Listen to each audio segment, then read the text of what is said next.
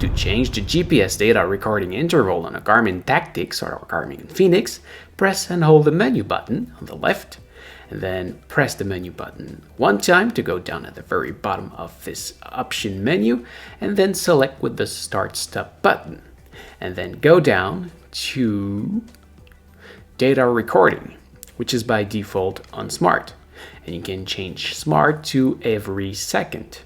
Basically, at every second, it will record a GPS position at every second, as well as for your heart rate and elevation gain.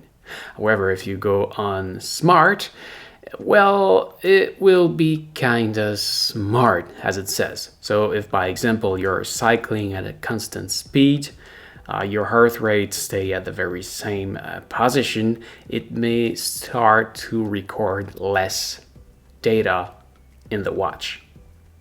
So the advantage of this is that you can have a longer battery life and smaller size file. If that's matter to you because you have a small model of the watch and you go for a big adventure, you may want to choose Smart. Otherwise, if you just do daily activity, you may want to record every second to get the best of the best in precision. Finally, when you're done, you can press the back button until you reach the main page.